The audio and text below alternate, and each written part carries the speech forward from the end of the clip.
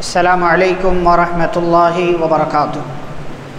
بسم اللہ الرحمن الرحیم، الحمد للہ رب العالمین وبہ نستعین والصلاة والسلام علی رسولہ الامین نبینا محمد وعلی آلہ واصحابہ اجمعین ومن تبعہم بإحسان الی یوم الدین، اما بعد۔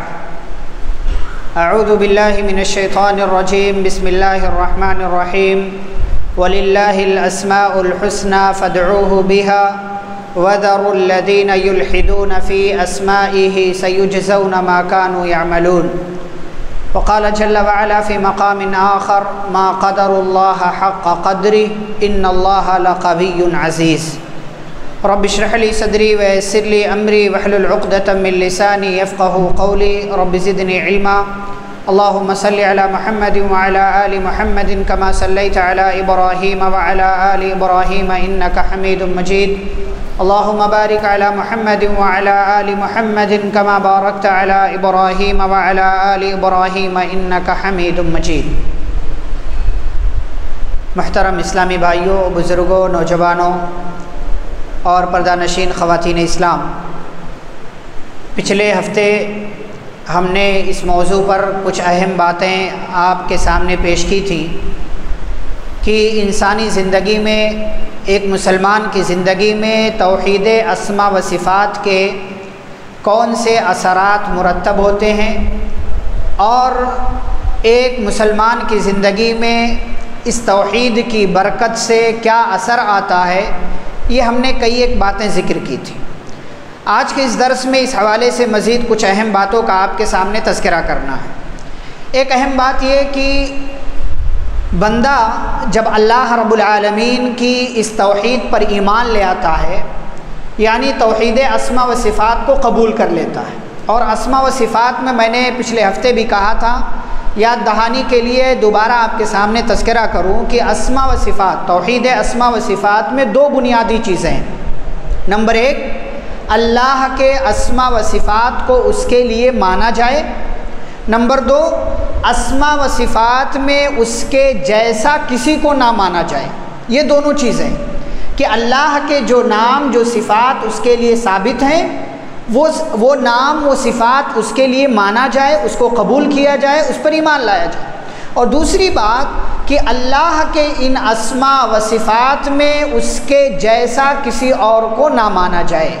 یہ بنیادی طور سے توحید اسماء و صفات کا مطلب ہے۔ اب ایک بندہ جب توحید اسماء و صفات کو مان لیتا ہے تو اس کے کیا اثرات مرتب ہوتے ہیں، یہ آپ کے سامنے بیان کیا گیا۔ لیکن توحید اسماء و صفات کے بارے میں جاننے کی فضیلت کیا ہے، کیا فائدہ ملتا ہے ایک بندے کو، اس حوالے سے 5 باتیں میں آپ کے سامنے رکھوں۔ سب سے پہلی بات کہ اللہ کے نام کو جب آپ جانتے ہیں نا، تو نام کے جاننے کے بعد آپ کو اللہ کے بارے میں معلوم ہوتا ہے کہ اللہ کون ہے۔ اللہ کی صفات کو آپ جانتے تو اللہ کے بارے میں آپ کو معلوم ہوتا ہے۔ اور ایک قاعدہ ہے کہ ایک بندہ جب کسی چیز کے بارے میں جان لیتا ہے تو اگر اس کے اندر سب کا سب اچھا ہی ہے تو اس سے وہ محبت کرنے لگتا ہے۔ جیسے پیارے رسول صلی اللہ علیہ وسلم سے ہم محبت کیوں کرتے ہیں؟ کیونکہ ان سے زیادہ اچھا انسان دنیا میں کوئی نہیں آیا۔ وہ ہمارے نبی ہیں، ہمارے پیغمبر ہیں، آخری رسول ہیں۔ اللہ نے انہیں ہمارے لیے نبی اور رسول بنا کر کے بھیجا، اور ان کے اندر کبھی بھی کسی بھی موقع سے کسی نے کوئی غلط چیز نہیں دیکھی۔ تو ایک بندہ جب رسول اکرم صلی اللہ علیہ وسلم کے بارے میں جانتا ہے تو ان سے محبت کرنے لگتا ہے۔ ایسے ہی جب ایک بندہ اللہ کی اس توحید کو جاننے لگتا ہے، توحید اسماء و صفات کے بارے میں جانتا ہے، تو سب سے بڑا فائدہ اس کی زندگی میں یہ آتا ہے کہ وہ اللہ سے اور زیادہ محبت کرنے والا بن جاتا ہے۔ اس کو ابھی ہم مثالوں سے سمجھیں گے۔ یہ پہلی چیز۔ دوسری چیز کہ ایک بندہ جب اللہ کے بارے میں یہ جانتا ہے کہ اللہ رب العالمین خوبصورت ہے اور خوبصورتی کو پسند کرتا ہے، جیسا کہ قرآن میں کئی جگہ پر آپ دیکھیں گے اس حوالے سے بات ہے، ان اللہ یحب التوابین، اللہ توبہ کرنے والوں کو پسند کرتا ہے۔ اللہ رب العالمین پاک صاف رہنے والوں کو پسند کرتا ہے۔ اللہ رب العالمین انصاف کرنے والوں کو پسند کرتا ہے۔ اللہ احسان کرنے والوں کو پسند کرتا ہے۔ اور ایسے ہی مختلف اللہ رب العالمین نے آیتوں میں اس طرح کی چیزوں کا تذکرہ کیا ہے۔ تو اللہ یہ چاہتا ہے کہ جو چیز میرے اندر ہے وہی میرے بندوں کے اندر آ جائے، یعنی اس میں مشابہت نہیں، بلکہ جیسے اللہ رحم کرنے والا ہم بھی رحم کرتے ہیں، تو اللہ رحمت کو، رحم کیے جانے کو پسند کرتا ہے۔ اسی لیے رسول اکرم صلی اللہ علیہ وسلم نے کیا فرمایا؟ ارحموا من فی الارض یرحمکم من فی السماء، تم زمین والوں پر رحم کرو، آسمان والا تم پر رحم کرے گا۔ تو توحید اسماء و صفات کو جان لینے کے بعد ایک بندہ اپنے اندر بھی وہ خوبیاں پیدا کرنے کی کوشش کرتا ہے، جو خوبیاں، جو اچھائیاں اللہ رب العالمین کے یہاں ہیں، جیسے لوگوں سے محبت کرنا، رحم لٹانا، ایسے ہی جو ہے انصاف کے ساتھ کام لینا، اور ایسے ہی جو خوبصورت بن کر کے رہنا، اپنے آپ کو اچھا بنا کر کے رہنا، کسی کے اوپر ظلم نہ کرنا، یہ ساری صفات اللہ کی ہیں۔ اللہ نہ کسی پر ظلم کرتا ہے بلکہ وہ انصاف کے ساتھ کام کرتا ہے، وہ خوبصورت ہے، وہ اکیلا ہے، وطر ہے، اسی لیے کہا ان اللہ وطر یحب الوطر، اللہ رب العالمین طاق ہے اور طاق کو پسند کرتا ہے۔ اسی لیے آپ شریعت کے جو اعمال دیکھیں کہ آپ دیکھیں تقریباً ایسے ہی انداز میں بیان کیے گئے ہیں۔ تو ایک بندہ جب توحید اسماء و صفات کو جانتا ہے تو وہ اپنے اندر وہی خوبیاں پیدا کرنے کی کوشش کرتا ہے جن خوبیوں سے اللہ کیا کرتا ہے؟ محبت کرتا ہے، تاکہ وہ اللہ کے نزدیک محبوب بن جائے۔ تیسرا فائدہ یہ ہوتا ہے توحید اسماء و صفات کو جاننے کے بعد کہ ایک بندہ جب اللہ رب العالمین کے بارے میں پڑھتا ہے اور اللہ رب العالمین کے بارے میں وہ اتنی ساری چیزوں کا علم حاصل کرتا ہے، تب اسے پتہ چلتا ہے کہ کائنات میں جو یہ کچھ بنایا گیا ہے نا، جو کچھ پیدا کیا گیا، یہ اللہ نے بیکار نہیں بنایا ہے، بلکہ اللہ رب العالمین نے دنیا کے اندر جتنی چیزیں پیدا کی ہیں، آپ اس میں غور کریں تو پتہ چلے گا کہ اس کا کوئی بنانے والا موجود ہے۔ تو ایک بندہ جب توحید اسماء و صفات کو جانتا ہے، پھر دنیا کی چیزوں کو دیکھتا ہے، تب اس کا اس بات پر ایمان ہو جاتا ہے کہ دنیا کی چیزیں اور دنیا کی تمام نشانیاں جو ہیں یہ اللہ کی معرفت کے اسباب میں سے سبب ہیں۔ یعنی آپ جیسے آسمان دیکھیں تو لگے گا کوئی بنانے والا ہے، اب بنانے والا کون ہے؟ کائنات میں آپ نے ہر چیز کو دیکھ لیا، کوئی بنانے والا نہیں ہے، پھر آپ کا یقین ہو جاتا ہے کہ ہے کوئی ذات جس نے اس کو پیدا کیا ہے۔ زمین کو آپ دیکھتے ہیں، پہاڑوں کو دیکھتے ہیں، نہ دکھائی دینے والی ہوا کو آپ دیکھتے ہیں، ایسی مختلف چیزیں آپ دیکھیں تو پتہ یہ چلتا ہے کہ دنیا کی چیزیں، دنیا کی نشانیاں، یہ سب کچھ اللہ رب العالمین کی معرفت اور اللہ کے بارے میں جاننے کے لیے ہیں۔ اسی لیے آپ قرآن مجید پڑھیں تو اللہ کیا کہتا ہے؟ قُلْ سِیرُوا فِی الْأَرْضِ فَانْظُرُوا قُلْ سِیرُوا فِی الْأَرْضِ ثُمَّ انْظُرُوا، زمین میں گھومو، چکر لگاؤ، تب تمہیں پتہ چلے گا کہ اس نے کیسے پیدا کیا۔ اللہ رب العالمین پچھلی قوموں کے واقعات بیان کرتا ہے تو کہتا ہے ثُمَّ أَخَذْتُ الَّذِينَ كَفَرُوا فَكَيْفَ كَانَ نَكِيرٌ، کہ ہم نے کافروں کو پکڑ لیا تو دیکھو کیسا تھا میرا انکار کرنا، یعنی میرے بارے میں لوگوں نے انکار کیا تو ہم نے ان کو پکڑ لیا۔ ایسے ہی ایک بندہ جب توحید اسماء و صفات کو جانتا ہے، اس کی معرفت حاصل کرتا ہے، تب اللہ رب العالمین کے بارے میں اور اللہ کو پہچان لینے کے سلسلے میں جو راستہ ہے اس کے لیے آسان ہو جاتا ہے، اور دنیا کی چیزوں اور نشانیوں سے وہ مدد لیتا ہے۔ فائدہ نمبر 4 کہ اللہ رب العالمین کی توحید کو جان لینے کے بعد ایک بندہ ایمان کے ارکان میں سے ایک رکن پر عمل کر لیتا ہے۔ ایمان کے کتنے ارکان ہیں؟ کتنے ارکان ہیں جی؟ 6۔ سب سے پہلا کیا ہے؟ اللہ پر ایمان لانا۔ اب اللہ پر ایمان لانے میں وہ ساری چیزیں آ جائیں گی جن کا تعلق اللہ سے، جن کا تعلق اللہ سے، اسی میں ایک چیز ہے توحید اسماء و صفات پر ایمان لانا۔ اب اگر ایک بندہ اللہ کو معبود تو مانتا ہے، اللہ کو رب مانتا ہے، توحید ربوبیت کا اقرار کرتا ہے، اس کا دعویٰ ہے کہ اللہ کے سوا کوئی عبادت کے لائق نہیں، لیکن توحید اسماء و صفات میں اس کے ہاں گڑبڑی ہے، تب وہ مومن مانا جائے گا کہ نہیں مانا جائے گا؟ وہ ایمان والا نہیں مانا جائے گا، اس لیے کہ توحید اسماء و صفات میں اس کے ہاں گڑبڑی ہے۔ مکہ والے بھی اللہ رب العالمین کو اپنا رب مانتے تھے، مصیبت میں اسی کو پکارتے تھے، حج اور عمرہ کا کام وہ اللہ کے لیے ہی انجام دیتے تھے، لیکن وہ ساتھ ساتھ اللہ رب العالمین کی بعض صفات میں، اس کی بعض خوبیوں میں، بعض کاموں میں دوسرے کو، معبودوں کو، بتوں کو اللہ کا شریک بناتے تھے۔ اسی لیے مسلمانوں کے اور کافروں کے درمیان فرق پیدا ہوا۔ ایک بندہ جب تک توحید اسماء و صفات کا اقرار نہیں کر لیتا ہے، ویسے ہی جیسے اقرار کرنے کا حکم دیا گیا ہے، تب تک وہ صحیح معنوں میں ایمان والا نہیں ہوگا، بلکہ وہ مومن شمار ہی نہیں کیا جائے گا اور ایمان میں اس کا داخلہ نہیں ہوگا۔ تو توحید اسماء و صفات کو ماننے کا ایک فائدہ یہ ہوتا ہے کہ بندہ ایمان کے ارکان میں سے سب سے پہلے والے رکن پر عمل کر لیتا ہے۔ فائدہ نمبر 5 اور آخری، ایک بندہ جب اللہ کی توحید اسماء و صفات کو مانتا ہے تو اس کو جان لینے کے بعد وہ ضلالت، وہ گمراہی، وہ یہاں وہاں بھٹکنے سے اپنے آپ کو محفوظ کر لیتا ہے۔ اپنے آپ کو، آپ دیکھیں دنیا کے اندر جتنی گمراہیاں ہیں یہ کس لیے ہیں؟ اللہ کو صحیح طریقے سے نہ پہچاننے کی وجہ سے۔ اللہ کو لوگوں نے، آپ دیکھیں آج ہی 10 محرم کا دن ہے، یا حسین یا علی کے نعرے لگ رہے ہیں، کیوں؟ اس لیے کہ لوگوں نے اللہ کو نہیں پہچانا، ان لوگوں نے اللہ کو صحیح سے پہچانا ہی نہیں۔ ایک بندہ جب اللہ کو مکمل طور سے پہچانتا ہے تو وہ ضلالت سے، گمراہی سے، منحرف ہونے سے، بھٹکنے سے، یہاں وہاں جانے سے اپنے آپ کو بچا لیتا ہے۔ صحابہ کرام ایسے ہی مانتے تھے، لیکن جب صحابہ کرام کا دور آگے بڑھا اور بعد میں فرقوں نے اپنا جو ہے دامن پسارنا شروع کیا، فرقے وجود میں آنے لگے، تو دیکھیے کہیں جہمیہ پیدا ہوتے ہیں، کہیں جو ہے معتزلہ کا فرقہ وجود میں آتا ہے، کہیں ماتریدیہ کا فرقہ، یہ سارے لوگ مل کر کے کہیں کوئی اللہ کی کسی صفت کا انکار کرتا ہے، کہیں کوئی کسی صفت کا انکار کرتا ہے، کہیں کوئی کسی طریقے سے اور کسی چیز کا اللہ رب العالمین کے تعلق سے انکار کر دیتا ہے۔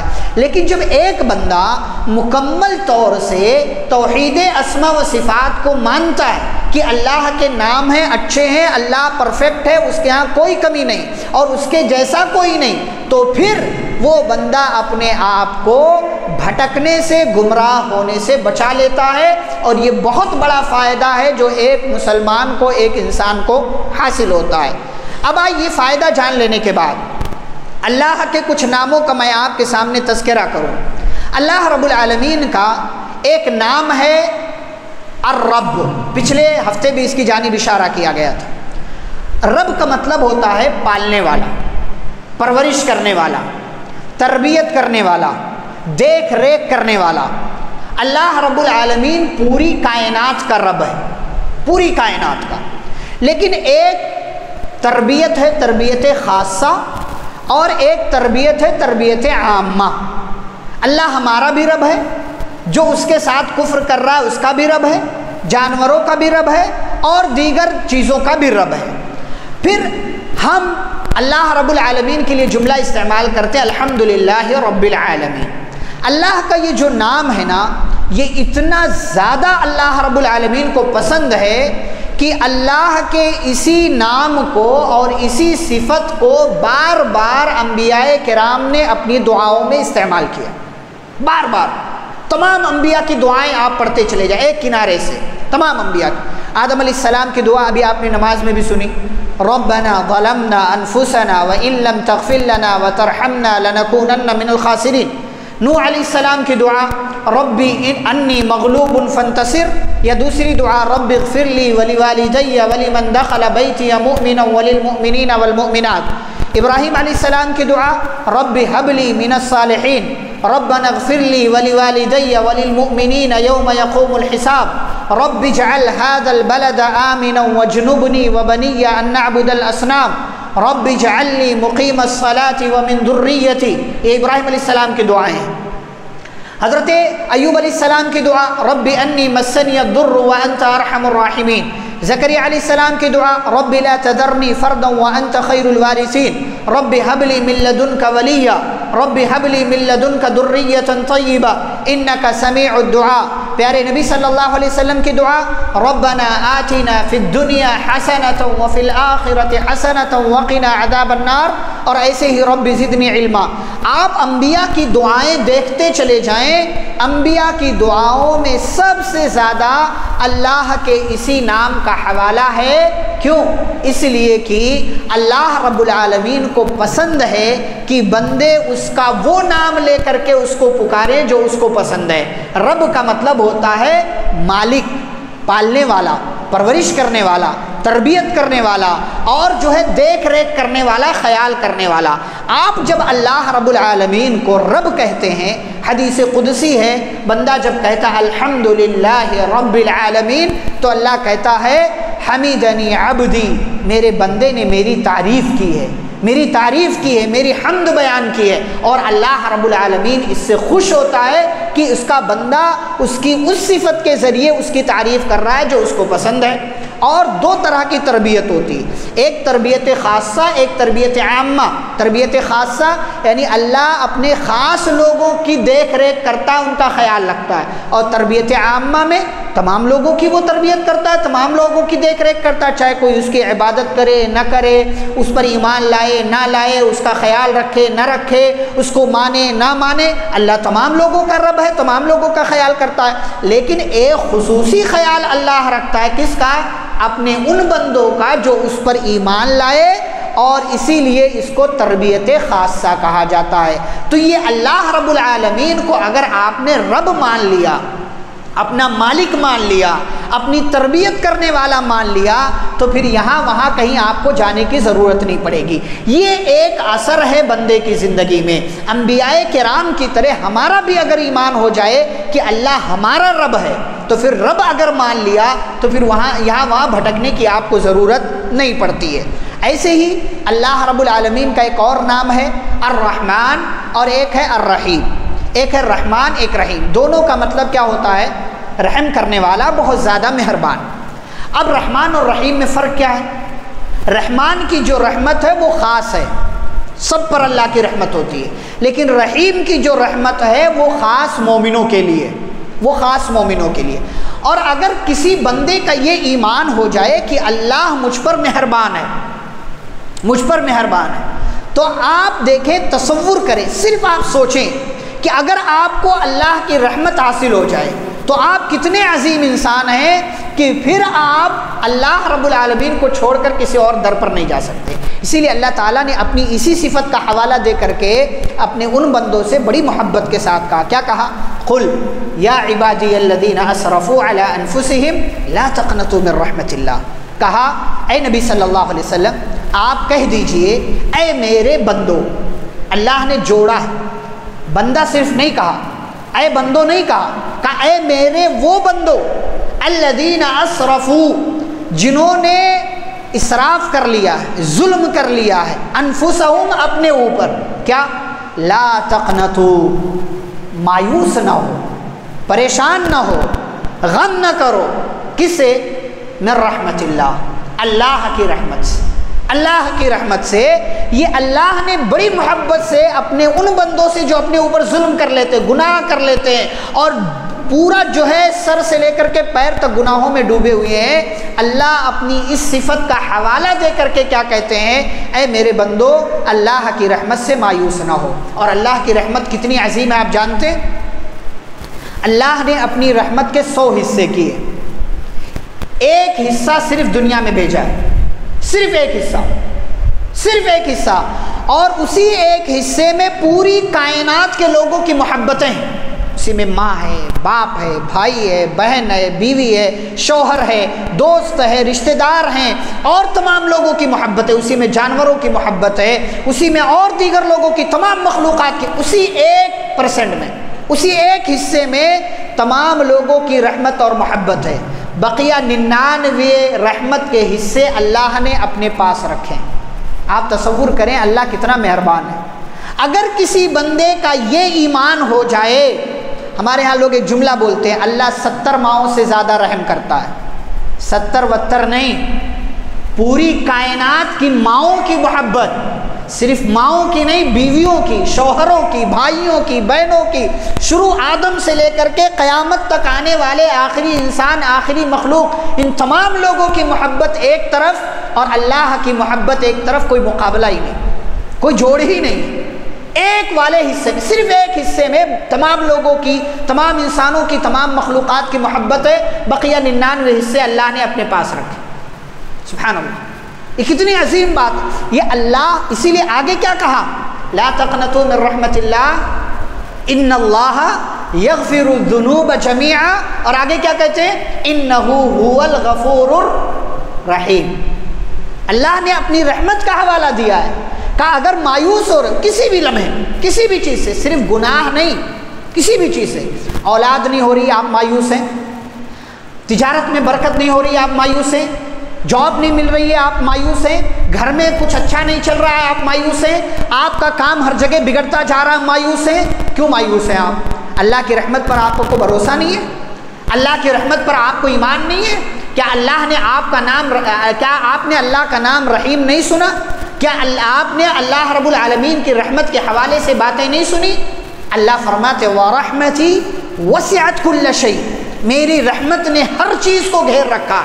اب ایک بندہ اگر وہ اللہ کے اس نام کے بارے میں اس نے جان لیا، مان لیا، ایمان لے آیا کہ اللہ بڑا رحیم ہے، بڑا معاف کرنے والا، رحمتیں لٹانے والا ہے، آپ تصور کریں اللہ کے اس در کو چھوڑ کر کے وہ بندہ کبھی کسی دوسرے در پر حاضری نہیں دے گا. اسی میں ایک اور چیز آپ لے لیں، للہ ملک السماوات والارض، آسمان و زمین کی بادشاہت اللہ کے ہاتھ میں. اللہ جو چاہتا وہ پیدا کرتا، جو چاہتا. یخلق ما یشاء یہب لمن یشاء اناثا ویہب لمن یشاء الذکور. اللہ جس کو چاہتا بیٹیاں دیتا ہے، جس کو چاہتے بیٹا دیتا ہے، اور جس کو چاہتا دونوں دیتا ہے، جس کو چاہتا کچھ نہیں دیتا، کچھ نہیں دیتا ہے. اب اگر کائنات کے تمام لوگ ایک طرف ہو کر کے کسی انسان کے تعلق سے یہ فیصلہ کریں کہ ہم اس کو اولاد دلا کر کے رہیں گے، کوئی دلا سکتا ہے؟ کوئی دلا سکتا ہے؟ نہیں. اب اگر آپ کا ایمان اس پر ہو گیا کہ اولاد دینے والی ذات اللہ کی ہے، تو پھر کسی بابا کے ہاں آپ نہیں جائیں گے، کسی بابا، کسی درگاہ، کسی مزار، کسی یہاں کسی وہاں آپ نہیں جائیں گے. آپ اپنا ایمان اللہ رب العالمین پر مکمل طور سے رکھ کر کے دنیاوی حساب سے دوا علاج کرائیں گے، اور اس میں بھی حقیقی جو ہے مالک اللہ کو مانیں گے. ڈاکٹر صرف وسیلہ ہے، دوائیں صرف سورس ہیں، ذریعہ ہیں، اسباب میں سے ہیں، ورنہ اولاد دینے والی ذات اللہ کی ہے. ابراہیم علیہ السلام پوری زندگی گزر گئی لیکن اللہ تعالیٰ سے مانگتے رہے.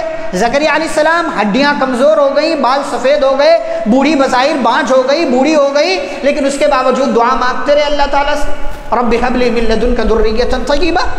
اگر آپ کا یہ ایمان ہے تو پھر آپ یہاں وہاں کے چکر کیوں لگاتے ہیں؟ پتہ یہ چلا کہ آپ نے اللہ کا حق ادا نہیں کیا، اللہ کو آپ نے پہچانا نہیں، اللہ کی ذات کے بارے میں آپ نے علم حاصل نہیں کیا. اسی لیے اللہ تعالیٰ پارہ نمبر 17 میں سورۃ الحج کے ایک آیت میں کیا کہتے ہیں؟ یا ایھا الناس ضرب مثل فاستمعوا له. اے لوگو، ایک مثال بیان کی جاتی ہے، غور سے سنو. کیا مثال ہے؟ ان الذین تدعون من دون اللہ لن يخلقوا ذبابا ولو اجتمعوا له. فرمایا جن کو تم اللہ کو چھوڑ کر پکارتے ہو نا کہ یہ تمہارے کسی کام آ جائیں گے، یہ سب مل کر کے پوری کائنات میں جتنی بھی چیزوں کی عبادت کی جاتی سب مل کر کے لن یخلقوا ذبابا، یہ کبھی بھی ایک مکھی پیدا نہیں کر سکتے، ایک مکھی نہیں پیدا کر سکتے. اور مکھی پیدا کرنا تو دور کی بات، وَإِن يَسْلُبْهُمُ الذُّبَابُ شَيْئًا لَّا يَسْتَنقِذُوهُ مِنْهُ، اگر مکھی ان کے اوپر چڑھائے گئے چڑھاؤ میں سے کوئی چیز اٹھا لے، یہ اس کو منع بھی نہیں کر سکتے. ضعف الطالب والمطلوب، مانگنے والا بھی کمزور اور جس سے مانگا جا رہا ہے وہ بھی کمزور ہے. پھر اللہ کیا کہتے ہیں پتہ ہے؟ ما قدر اللہ حق قدرہ، انہوں نے اللہ کا حق ہی ادا نہیں کیا، ان لوگوں نے اللہ کو پہچانا ہی نہیں. اور واقعی صحیح بات یہی ہے کہ ہم نے اپنے رب کو نہیں پہچانا. ہم نماز بات تو فٹافٹ کہہ دیتے ہیں، اللہم لا مانع لما اعطیت ولا معطی لما منعت ولا ينفع ذا الجد منک الجد، کہ اے اللہ کہ تو اگر دینے پر آ جائے تو کوئی روک نہیں سکتا، تو روک لے تو کوئی دے نہیں سکتا، اور تیرے یہاں کسی کی سفارش کوئی کام نہیں آتی. ہم بظاہر بول دیتے ہیں لیکن ہمارا ایمان، ہمارا یقین کتنا ہے یہ آپ دیکھیں. گھروں کا چکر لگا لے۔ آج اپنے لوگوں کے یہاں گھروں میں عورتیں، لڑکیاں، بچے کالے دھاگے پہن رہے ہیں، کہیں کسی چیز کو منحوس سمجھ رہے ہیں، کسی چیز کے تعلق سے کوئی غلط عقیدہ ہو رکھا ہے، کہیں اولاد نہیں ہو رہی، 8-10 سال کا عرصہ ہو گیا تو کسی بابے کے اور کسی جھاڑ پھونک کے چکر لگانے لگ جاتے ہیں۔ یہ کیوں؟ اس لیے کہ ہم نے اللہ کو نہیں پہچانا۔ ما قدر اللہ حق قدری، اللہ گویا کہ شکایت کر رہے ہیں اللہ رب العالمین، ہم انسانوں سے کہ ان لوگوں نے اللہ کا حق ہی ادا نہیں کیا۔ پھر کیا کہتے ہیں اللہ تعالیٰ؟ ان اللہ لقوی عزیز، اللہ تعالیٰ طاقتور ہے۔ یعنی اگر یہ جتنے لوگ اللہ تعالیٰ کو چھوڑ کر کے دوسری چیزوں کی عبادت کر رہے ہیں نا، اللہ اتنا طاقتور ہے کہ اگر پکڑنا چاہے ان سب کو پکڑ لے۔ عزیز، اور وہ غالب بھی ہے، طاقتور ہونے کے ساتھ ساتھ غالب بھی ہے، کوئی اس کو ہرا نہیں سکتا، کوئی اس سے آگے بڑھ نہیں سکتا۔ لیکن اللہ نے مہلت دے رکھی ہے اور نتیجہ یہ ہے کہ ان لوگوں نے اللہ رب العالمین کا حق ادا نہیں کیا ہے۔ تو اللہ تعالیٰ کی یہ جو نام ہیں، جو صفات ہیں، ایک ایک نام کو آپ دیکھتے چلے جائیں، آپ کو اگر اس کا معنی معلوم ہے، اگر آپ اس کے بارے میں جانتے ہیں، اگر آپ کا یقین ہے، تو واللہ کبھی بھی آپ اللہ کے دربار کو چھوڑ کر کے کسی اور جگہ نہیں جائیں گے۔ یہ میں نے کچھ مثالیں آپ کے سامنے رکھیں۔ ایسے ہی بعض دفعہ کیا ہوتا ہے کہ کہیں مسلمانوں پر ظلم ہوتا ہے، کوئی مسلمانوں کو ستا رہا ہے، کسی کی حکومت ہے، بادشاہت ہے، تو اب لوگ بسا اوقات کیا بولتے ہیں؟ اللہ تعالیٰ کیا کر رہا ہے؟ کیا اللہ تعالیٰ کو نظر نہیں آ رہا ہے؟ اللہ تعالیٰ مسلمانوں کی مدد کیوں نہیں کر رہا ہے؟ یا اس حوالے سے کوئی اور بات ہمارے اپنے لوگ بولتے ہیں، مسلمان بولتے ہیں۔ اللہ کیا کہتے ہیں؟ وَلَا تَحْسَبَنَّ اللَّهَ غَافِلًا، اللہ کو غافل مت سمجھو، اللہ غافل نہیں۔ اما یعمل الظالمون، کس سے؟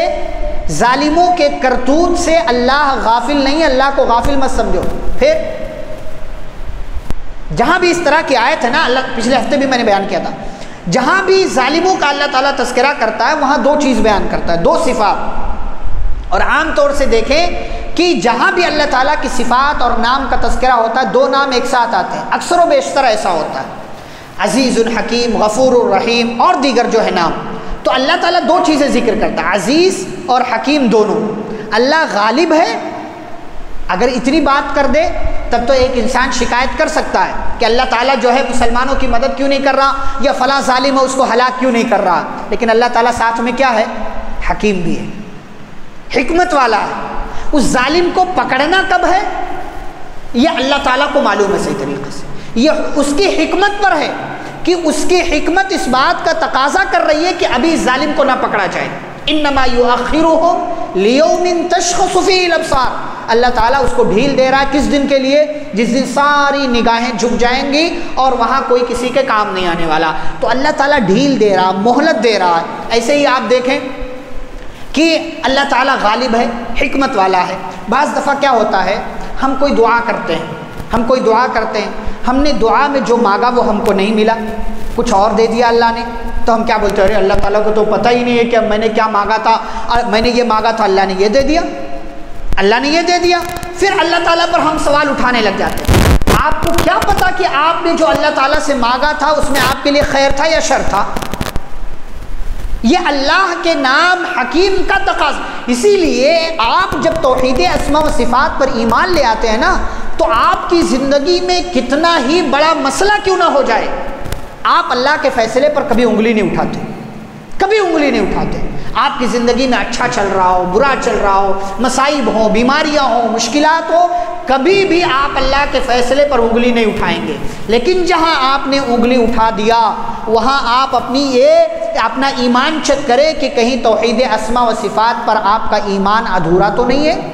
ایک بندے کا ایمان اگر مکمل ہے توحید اسماء و صفات پر، تب وہ ہمیشہ یہ کہے گا۔ اسی لیے نبی صلی اللہ علیہ وسلم کو جب بھی کوئی بری چیز کی خبر ملتی تھی تو کیا کہتے تھے؟ کیا بولتے تھے؟ الحمدللہ علی کل حال، ہر صورت حال میں اللہ کی تعریف، ہر صورت حال۔ شیخ البانی رحمہ اللہ کے بیٹے کا ایکسیڈنٹ ہو گیا، گاڑی بالکل ایک دم جو ہے آپ کہہ لیجیے ڈیمیج ہو گئی، دیکھنے والے کو یہ لگے گا کہ مطلب جو اس کے اندر ہے وہ بچا نہیں ہوگا، لیکن اتنا بڑا حادثہ ہوا، شیخ البانی رحمہ اللہ کو معلوم ہوا تو کہا الحمدللہ، الحمدللہ، تمام تعریف اللہ کے لیے۔ کیا کس نے؟ کس کی اجازت سے ہوا؟ کس کے حکم سے ہوا؟ کس کے فیصلے سے ہوا؟ اللہ کے فیصلے سے۔ فیصلہ جب اللہ کا، مرضی جب اللہ کی، حکمت جب اللہ کی، اور اجازت جب اللہ کی، تو اس میں ہماری اور آپ کی کیا اوقات ہے کہ ہم اللہ کے فیصلے میں ٹانگ اڑائیں؟ آپ کا ایمان اگر توحید اسماء و صفات پر ہے تو کبھی بھی آپ اللہ کے فیصلے میں انگلی جو ہے نہیں کریں گے کہ اللہ ایسا کیوں ایسا کیوں۔ اسی لیے نبی صلی اللہ علیہ وسلم نے کیا فرمایا تھا؟ وَارْضَ بِمَا قَسَمَ اللَّهُ لَكَ تَكُنْ أَغْنَى النَّاسِ، کہ اللہ کے فیصلے پر راضی رہو، دنیا کے سب سے بڑے مالدار بن جاؤ گے۔ لیکن اگر اللہ کے فیصلے پر راضی نہیں ہو تو پھر آپ دنیا بھر کے چکر لگا لو، دنیا بھر کی چیزیں جمع کر لو، کبھی بھی آپ جو ہے خوش نہیں ہو سکتے، راضی نہیں ہو سکتے۔ تو یہ اللہ کے نام ہیں اور یہ اللہ کے ناموں کا تقاضا ہے، اور ایک بندہ جب اس پر ایمان لے آتا ہے تو پھر صحیح صورتحال میں پھر وہ صحیح طریقے سے اللہ رب العالمین کے اوپر ایمان اس کا مکمل طور سے ہو جاتا ہے، یقین بھی ہو جاتا ہے۔ ایسے ہی آپ دیکھیں ہمارے ہاں بہت سارے لوگ صرف اس امید پر گناہ کرتے چلے جاتے ہیں نا کہ اللہ بڑا غفور الرحیم ہے، اللہ بڑا غفور، معاف کرنے والا، رحم کرنے والا ہے، بڑا معافی مانگ لیں گے۔ آپ کو پتہ بھی ہے اللہ تعالیٰ کا ایک نام المنتقم بھی ہے، انتقام لینے والا۔ اللہ کا ایک نام الجبار بھی ہے، زبردست۔ اللہ کی ایک صفت ہے شدید العقاب، سخت سزا دینے والا۔ اللہ کی ایک صفت ہے ذی الطول، سخت پکڑ کرنے والا۔ آپ اللہ کی رحمت کے بھروسے گناہ کرتے چلے جاتے ہیں، لیکن آپ کو اللہ کی دوسری صفتیں نہیں معلوم۔ صرف رحمت رحمت رحمت نہیں ہے، بلکہ اللہ کے ہاں پکڑ بھی ہے، پکڑ بھی ہے۔ ہمارے ہاں دیکھیں نا کیا ہوتا ہے، انسان رحمت کی، مغفرت کی امید پر گناہ کرتا ہے، لیکن اللہ کی پکڑ اور ڈر کے خوف سے گناہ چھوڑتا نہیں ہے، گناہ چھوڑتا نہیں ہے۔ دیکھیں کتنے لوگ تنہائی میں گناہ کرتے ہیں، پتہ ہے کہ موت آ سکتی ہے، پتہ ہے کہ اس حال میں اللہ موت دے سکتا ہے، پتہ ہے کہ سب کچھ لکھا جا رہا ہے، پتہ ہے کہ اللہ دیکھ رہا ہے، لیکن پھر بھی ارے چلو کوئی تو نہیں دیکھ رہا ہے، دنیاوی حساب سے کوئی نہیں، اللہ تو چھپا لے گا۔ اللہ ستار ہے، ستیر ہے اس کا نام، وہ گناہوں کو چھپاتا، عیب کو چھپا لیتا، اچھی بات ہے چھپاتا ہے، لیکن اللہ پکڑتا بھی ہے، اللہ پکڑتا ہے۔ ہمارے ہاں لوگ بیٹھے ہوئے ہیں یہ فرقہ جنت میں جائے گا، کچھ کرنے کی ضرورت نہیں ہے، پھر کچھ کرنے کی ضرورت نہیں۔ ایمان تو چاہیے، لیکن اس کے ساتھ ساتھ کیا چاہیے؟ الا الذین آمنوا وعملوا الصالحات۔ صرف ایمان، اسی کے بھروسے رہیں گے تو اللہ آپ کو آپ کے گناہ پر پکڑ کر کے جہنم میں ڈال بھی سکتا ہے، جہنم میں ڈال بھی سکتا ہے۔ اسی لیے بار بار اللہ تعالیٰ نے یاد دیا ان بطش ربک لشدید، آپ کے رب کی پکڑ بہت سخت ہے، بہت سخت ہے، اس پر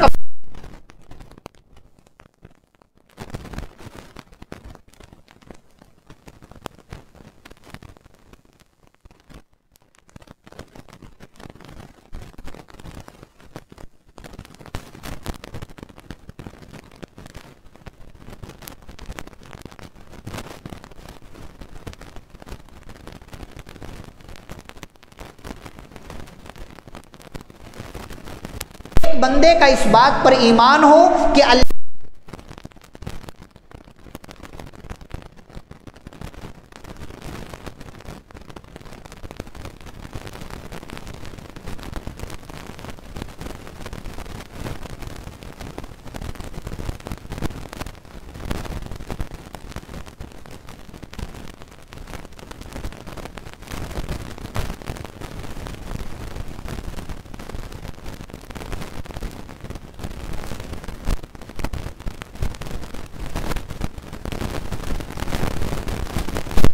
تعالیٰ نے، چاہے فرعون ہو، چاہے نمرود ہو، قارون ہو،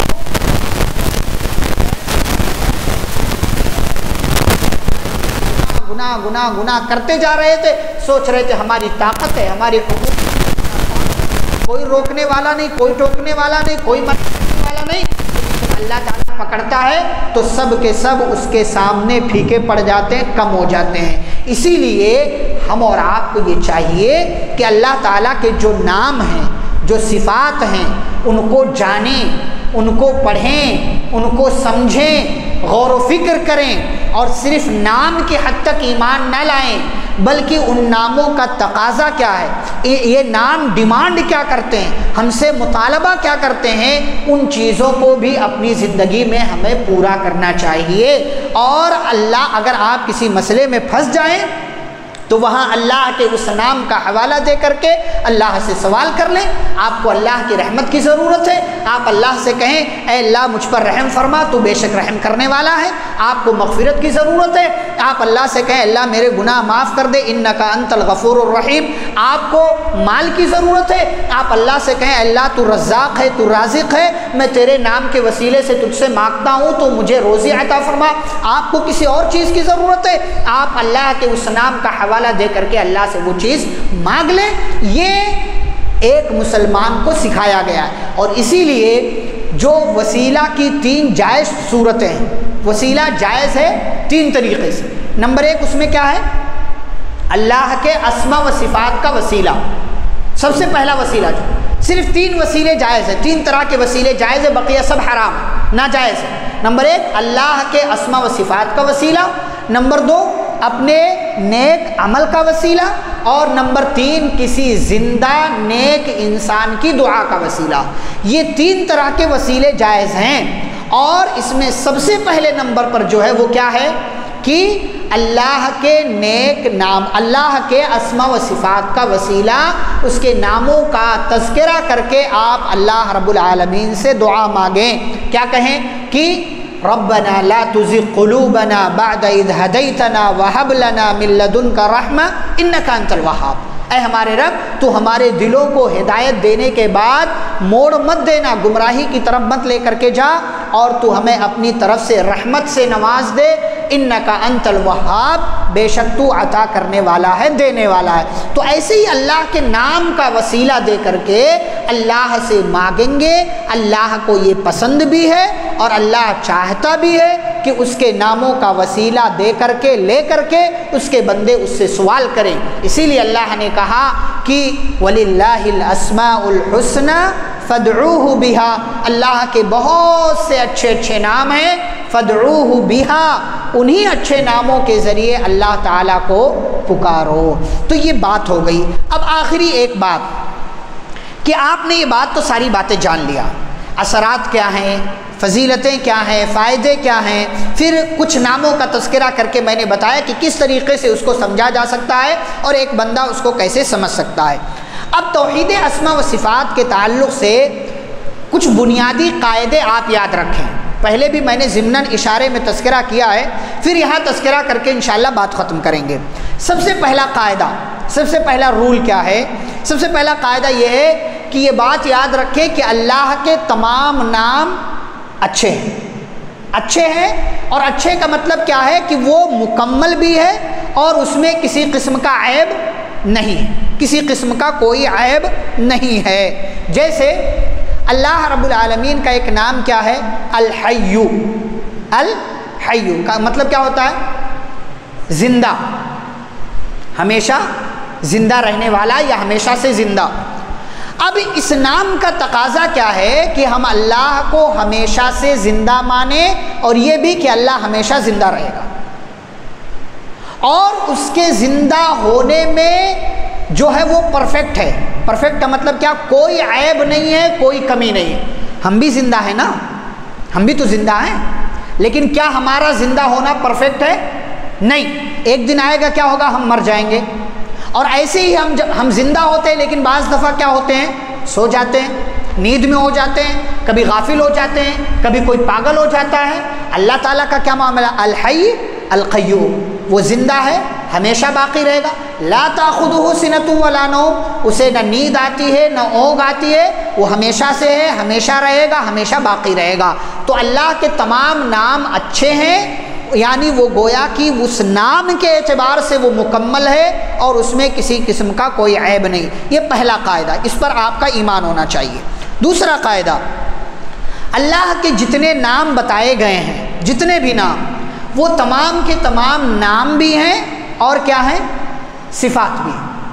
اللہ کے جو نام ہیں وہ نام بھی ہیں اور صفات بھی ہیں۔ گویا کہ جیسے اللہ کا ایک نام کیا ہے؟ الرحمن، الرحمن اللہ کا نام ہوا اور اس کی صفت بھی ہوئی. صفت کا مطلب یعنی اللہ رحم بھی کرتا ہے, اللہ رحم بھی کرتا ہے. ایسے ہی اللہ تعالیٰ کا ایک نام ہے المقسط, مطلب انصاف کرنے والا, یا العدل انصاف کرنے والا.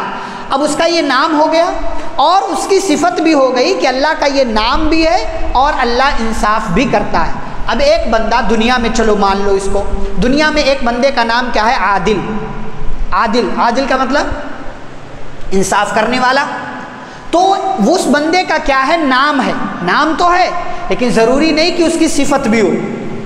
ضروری نہیں کہ اس کی صفت. ایک بندہ عادل ہے لیکن وہ لوگوں پر ظلم کرتا ہے, وہ انصاف سے کام نہیں لیتا. ایک بندے کا نام صادق ہے یا صدیق ہے, یعنی سچ بولنے والا, لیکن پتہ چلا کہ وہ جھوٹ بولتا ہے, تو اس بندے کا نام تو صادق ہے, صدیق ہے, لیکن ضروری نہیں کہ وہ صفت بھی اس کے اندر ہو, وہ کوالٹی بھی اس کے اندر ہو, یہ ضروری نہیں ہے. لیکن اللہ کے جتنے نام ہیں, نام تو ہے ہی, ساتھ ساتھ میں صفت بھی ہے. اللہ تعالیٰ اس صفت سے متصف, اور کیسے؟ 100% بالکل پرفیکٹ, اس میں کوئی کمی اور عیب نہیں ہے. تیسرا قاعدہ, اللہ کے تمام نام توقیفی ہیں. توقیفی کا کیا مطلب؟ سب نام بتائے جا چکے ہیں, یا تو اللہ نے قرآن میں بتایا ہے یا حدیث میں پیارے نبی صلی اللہ علیہ وسلم نے بتا دیا ہے. اپنی طرف سے اب ہم اللہ کا کوئی نام نہیں رکھیں گے, برہما, وشنو, فلاں, ڈمکا, پتہ نہیں کیا کیا, کوئی بھی نام ہم اللہ کا اپنی طرف سے نہیں. اللہ کے تمام نام توقیفی ہیں, اللہ تعالیٰ نے اپنے تمام نام بتا دیے ہیں. جیسے, لیکن اس میں ایک چیز یہ ہے کہ جتنے اچھے نام ہیں سب اللہ کے ہو سکتے ہیں. جتنے اچھے نام ہیں سب اللہ کے ہو سکتے ہیں؟ جواب دیجیے بھائی. نہیں ہو سکتے. جتنے اچھے نام ہیں سب اللہ کے نہیں ہو سکتے, لیکن اللہ کے جتنے نام ہیں سب اچھے ہیں. جیسے اس کو مثال سے سمجھیں, محمد. محمد ایک نام ہے نا, ہمارے پیارے نبی صلی اللہ علیہ وسلم کا نام. محمد کا مطلب کیا ہوتا ہے؟ جس کی زیادہ تعریف کی جائے. تو سب سے زیادہ تعریف کا مستحق کون ہے؟ اللہ تعالیٰ. تو کیا اللہ تعالیٰ کو محمد کہیں گے؟ نہیں, اللہ تعالیٰ کو محمد نہیں کہیں گے, اس کا یہ نام ہم نہیں دے سکتے. حالانکہ مطلب صحیح ہے, لیکن ہم اللہ کو یہ نام نہیں دے سکتے کہ اللہ محمد ہے. اللہ کو یہ نام آپ کبھی بھی نہیں دے سکتے. تو جتنے اچھے نام ہیں ضروری نہیں کہ وہ اللہ کے نام ہوں, لیکن جتنے اللہ کے نام ہیں یہ ضروری ہے کہ وہ سب کے سب اچھے ہیں, وہ سب کے سب اچھے ہیں. اسی لیے اللہ نے کیا کہا؟ وَلِلَّهِ الْأَسْمَاءُ الْحُسْنَى فَادْعُوهُ بِهَا, کہ اللہ کے تمام نام اچھے ہیں لہٰذا انہی ناموں کے ذریعے پکارو. یہ نہیں کہا کہ تمام نام جتنے اچھے ہیں ان میں سے کسی سے بھی پکار سکتے ہو, بلکہ کہا اللہ کے جتنے نام ہیں وہ سب کے سب اچھے, ان میں سے جس نام کے ساتھ چاہو اللہ کو پکارو. تو یہ تیسرا قاعدہ کہ اللہ کے تمام نام توقیفی ہیں, بتائے جا چکے ہیں, اللہ نے بتا دیے, حدیث میں قرآن میں محفوظ ہے. اپنی طرف سے کوئی نام ہم اللہ کو نہیں دیں گے. اسی میں ایک جو ہے لفظ استعمال کرتے ہیں ہم خدا کا. خدا کا لفظ بھی اللہ کے لیے استعمال نہیں کرنا چاہیے, استعمال نہیں کرنا چاہیے, بچنا. بعض لوگ کہتے ہیں ٹرانسلیشن ہے. بھائی ٹرانسلیشن کی کیا ضرورت ہے؟ انگلش میں آپ بول رہے ہو, اللہ نہیں لکھ سکتے آپ؟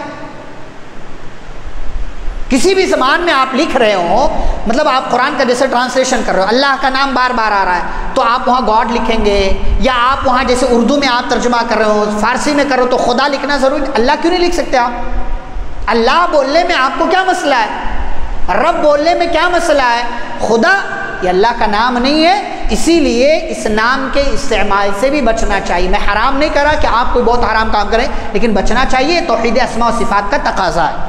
5واں رول, اور یہ بتایا جا چکا ہے کہ اللہ کے نام جو ہیں وہ کسی خاص گنتی میں مقید نہیں ہے, مطلب کوئی لمٹ نہیں ہے اس کی کہ 99 نام. اور پچھلے درس میں نے تشریح کی تھی کہ وہ حدیث جس کا تذکرہ ہوا تھا, جس کا تذکرہ جو آتا ہے کہ اللہ کے 99 نام ہیں, جو یاد کرے گا وہ جنت میں داخل ہوگا, وہ کس لیے ہے؟ وہ 99 ناموں کے تعلق سے. اس میں یہ نہیں بتایا گیا ہے کہ یہ اللہ کے 99 نام ہی ہیں, بلکہ یہ کہا گیا ہے کہ اللہ کے 99 یہ نام ہیں جو ان کو یاد کرے گا وہ جنت میں داخل ہوگا. اس کو ایک مثال سے سمجھیں. جیسے کوئی یہ بندہ یہ کہے کہ میرے پاس 100 گھوڑے ہیں جن کو میں نے جنگ کے لیے تیار کیا ہے, تو کیا مطلب اس کے پاس 100 گھوڑوں سے زائد نہیں ہے؟ یہ 100 گھوڑے وہ ہیں جن کو اس نے جنگ کے لیے تیار کیا ہے۔ ایسے ہی میں کہوں کہ میرے پاس 1000 روپیہ ہے جس کو میں نے صدقہ دینے کے لیے رکھا ہوا ہے، تو کیا مطلب میرے پاس 1000 روپے کے علاوہ کوئی روپیہ نہیں ہے؟ تو ایسے ہی یہاں پر بھی آپ سمجھیں کہ یہ جو حدیث میں آیا کہ اللہ کے 99 نام ہے، تو اس میں ان 99 ناموں کی فضیلت بیان کی گئی ہے کہ جو ان کو یاد کرے گا وہ جنت میں داخل ہوگا۔ اور یاد کرنے میں جیسا کہ پہلے میں نے کہا تھا، یاد کرنا، اس میں غور و فکر کرنا، پھر وہ نام کیا تقاضا کرتا، کیا ڈیمانڈ کرتا، اس کو پورا بھی کرنا۔ تو اللہ کے چوتھا رول کیا ہے کہ اللہ رب العالمین کے صرف 99 نام نہیں ہیں، بلکہ اس کو کسی بھی خاص گنتی میں مقید کرنا یہ غلط ہوگا۔ آپ یہ کہہ دیں کہ اللہ کے 1000 نام ہیں، 50,000 نام ہیں، تو یہ بھی نہیں، کوئی گنتی ہم کو نہیں بتائی گئی ہے۔ یہ 5واں رول۔ چھٹا رول یہ ہے، یہ چوتھا رول تھا۔ 5واں رول یہ ہے کہ اللہ کے ناموں کے سلسلے میں الحاد سے بچنا چاہیے۔ الحاد کس کو کہتے ہیں کہ اللہ کا جو نام ہے وہ نام اس کا معنی ڈائریکٹ نہ لے کر کے اس کو کسی اور نام کے ساتھ خاص کیا جائے۔ اس میں کئی ایک چیزیں آتی ہیں۔ الحاد میں 4 چیزیں آتی ہیں۔ نمبر 1، انکار کرنا۔ کوئی بندہ اللہ کے کسی نام کا انکار کر دے، یہ الحاد ہے۔ کوئی بندہ اللہ کے کسی نام کا انکار کر دے، یہ اللہ کا نام نہیں ہے، میں نہیں مانتا اس کو، میں اس کو نہیں مانتا، تو یہ الحاد ہے۔ نمبر 2، انکار تو نہیں کر رہا ہے لیکن مشابہت کہ اللہ کا ہاتھ جو ہے یہ انسانوں کے ہاتھ جیسا ہے، تو یہ بھی الحاد ہوگا، مشابہ۔ اسی لیے اللہ نے کیا کہا، توحید اسماء و صفات میں سب سے بڑی دلیل کیا دی جاتی ہے؟ کون سی آیت دی جاتی ہے؟ لیس کمثلہ شیء۔ یہ توحید اسماء و صفات کے چیپٹر میں سب سے پہلی بڑی اور بنیادی دلیل کہ آپ کو سب سے پہلے اسٹیپ پر یہی ماننا کہ اللہ کے جیسی کوئی چیز نہیں، کوئی مخلوق نہیں، کوئی انسان نہیں۔ اگر کوئی انسان اللہ کے جیسا کسی کو کہتا ہے یا اللہ کی صفت فلاں کے جیسی، اللہ کا ہاتھ فلاں کے جیسا، اللہ کا کان، اب جیسے کوئی اللہ تعالیٰ کیا ہے، سننے والا ہے۔ اب کوئی کہے کہ سنا تو کان سے جاتا ہے، تو اللہ کا کان بھی ہوگا، اور کان ہوگا تو ایسا ہوگا۔ اگر حدیث میں کان آیا ہے تب تو ہم اتنا مانیں گے، لیکن کان کیسا ہے، آنکھ کیسی ہے، ہاتھ کیسا ہے، پیر کیسا ہے، اس سب کے بارے میں ہمیں نہیں بتایا گیا۔ تو مشابہت کہ فلاں کے جیسا ہے یہ ہمیں نہیں کرنا، اگر کوئی کرتا ہے تو وہ الحاد۔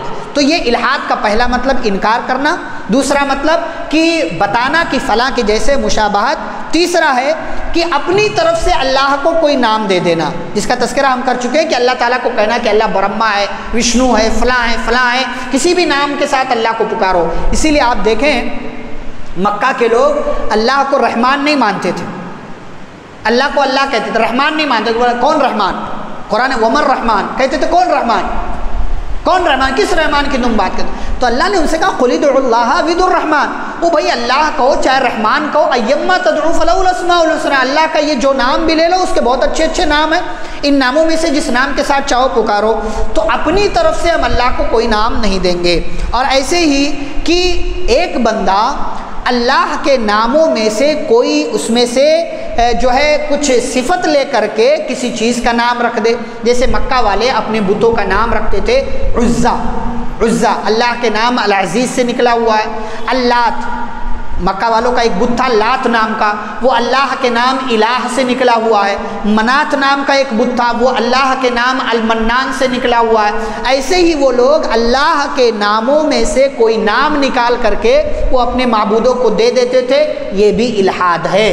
تو توحید اسماء و صفات کے چیپٹر میں 5واں اور بنیادی قاعدہ یہ ہے کہ اللہ کے ناموں کے سلسلے میں الحاد سے بچنا چاہیے کہ آپ کبھی ادھر بھاگ رہے ہو، کبھی ادھر بھاگ رہے ہو، کبھی اللہ کا کوئی اپنی طرف سے نام دے، کبھی کسی نام کا انکار کر دے، کبھی کسی مخلوق کو، جیسے بعض لوگ ترجمہ کرتے ہیں، ہاتھ کا ترجمہ ہاتھ سے نہیں کرتے، ید اللہ کا ہاتھ نہیں، بلکہ کہتے ہیں قبضہ قدرت۔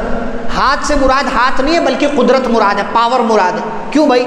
اللہ کا ہاتھ بولنے میں آپ کو کیا مذائقہ؟ اللہ نے کہا، یہودی کہتے تھے وقالت الیہود ید اللہ مغلولہ، یہودی کہتے تھے اللہ کا ہاتھ بدھا ہوا، تو اللہ نے کہا غلت ایدیہم، انہی کے ہاتھ بدے ہوئے ہیں، یہی کنجوس ہیں۔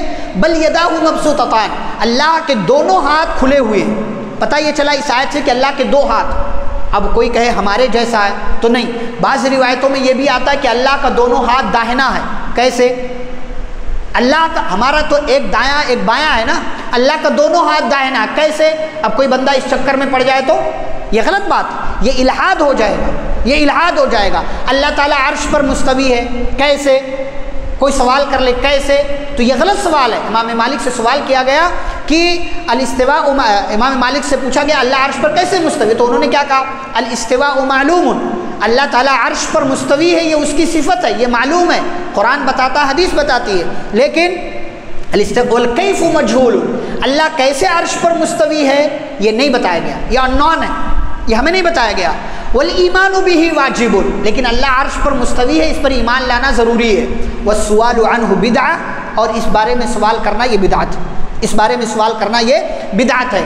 تو اللہ کا جو نام آپ کو بتایا جائے یا بتایا گیا ہے قرآن میں حدیث میں، اس پر ویسے ہی ایمان لائیں جیسے صحابہ ایمان لائے تھے، جیسے نام بتایا گیا ہے، اس میں الحاد سے اپنے آپ کو بچانے کی کوشش کریں، نہ انکار کریں، نہ اپنی طرف سے کوئی نام دے، نہ اللہ کے اس نام کو کسی اور کے نام کے ساتھ اس کی تشبیہ دے، اور نہ ہی اس کو کسی اور سے جوڑے۔